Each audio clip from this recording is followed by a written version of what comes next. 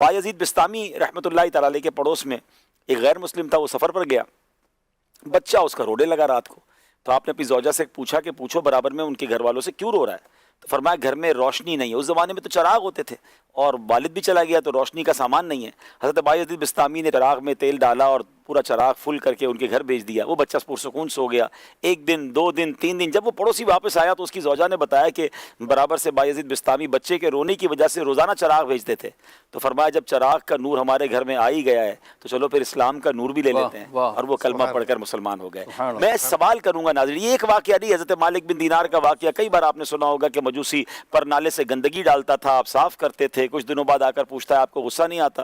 تو آپ نے کہا اللہ کریم قرآن میں فرماتا ہے کہ غصہ پینے والے اللہ کو پسند ہے، میں پانی ڈال کے دھو دیتا ہوں، تو کہتا کیچڑ بعد میں دھوئیے گا، پہلے میرا سینہ دھوئیے، میں کلمہ پڑھ کر مسلمان ہوتا ہوں۔ تو ایسے بہت سارے واقعات ہیں ناظرین، لیکن ہمارے لیے سوال یہ ہے کہ میرا مسلمان پڑوسی کیا مجھ سے راضی ہے؟ وہ تو غیر مسلم مسلمان ہو جاتے تھے۔ دنیا میں کئی ملکوں میں مسلمان ایسے محلوں میں رہتے ہیں جہاں آس پڑوس میں غیر مسلم ہوتے ہیں۔ اب آپ تو ریپرزنٹیٹیو ہو گئے نا اسلام کے، آپ تو نمائندے بن گئے کہ آپ کے اخلاق کو دیکھ کر کیا وہ مسلمان ہو رہے ہیں، یا آپ کے اخلاق کو دیکھ کر کم از کم یہ کہہ رہے ہیں کہ یہ ہوتا ہے پڑوسی، یہ مسلمان پڑوسی کا ہمیں فائدہ ہے۔ کہیں ایسا نہ ہو کہ مسلمان پڑوسی سے غیر مسلم اور دور ہو جائے اسلام سے۔ اشفاق بھائی، یہ جو ہمارے نور بھائی تھے دعوت اسلامی میں، جو ماشاءاللہ سوشل میڈیا کو فالو کرتے ہیں، ایک نور اتاری بھائی تھے یو کے میں، جو 67 یا 64 ایئر کی ایج میں وہ اسلام قبول کیا، حالانکہ وہ غیر مسلموں کے پادری تھے۔ اسلام قبول کیا، پھر درس نظامی کیا، درس نظامی کمپلیٹ کر کے پھر ان کا وصال ہوا۔ یعنی سوچیں کہ جو اسپیکر تھا دوسرے مذہب کی طرف بلانے والا، وہ مبلغ اسلام بنا۔ لیکن میں نے ان سے پوچھا تھا مسلمان کیسے ہوئے؟ جو انہوں نے اپنا واقعہ سنایا نا، یہ پڑوسی کی اہمیت سمجھے گا۔ وہ کہتے ہیں میں نے ساری زندگی ایک دین کے خدمت کی، پوری دنیا میں سفر کیا تھا انہوں نے اس کے لیے، اور میں بیمار ہو گیا تو مجھ سے میرے مذہب کا کوئی بندہ پوچھنے ہی نہیں آیا، اور میرے برابر میں ایک مسلمان پڑوسی رہتا تھا، وہ دعوت اسلامی کا مبلغ تھا۔ اس نے کہا یہ کوئی بوڑھے شخص ہیں، اکیلے رہتے ہیں اور کوئی ان کو پوچھنے والا نہیں، تو انہوں نے نکلتے ہوئے آتے جاتے ان کو پوچھنا شروع کیا۔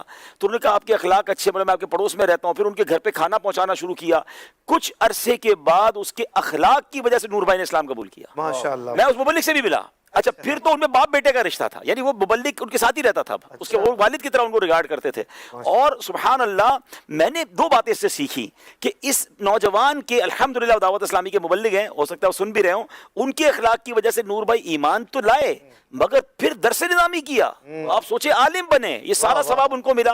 لیکن یہاں میرے پاس ایک اور میسج یہ ہے کہ اگر ہم اپنے بزرگوں کو، ہم اپنے مسلمان پڑوسیوں کو نہیں پوچھیں گے تو وہ بندہ اپنے لوگوں کے نہ پوچھنے کی وجہ سے متنفر ہو کر اسلام قبول کیا، کہیں ہمارا کوئی مسلمان بھائی کو اگر اس طرح کوئی دوسرا چانس مل گیا تو اس کے ایمان کا کیا ہوگا؟ اچھا، بعض اوقات کیا ہوتا ہے، ہم کہتے ہیں پڑوسی کا مسئلہ اتنا بڑا ہے میں تو حل ہی نہیں کر سکتا، وہ مقروض ہو گیا، میں پیسے تو نہیں ہے میرے پاس۔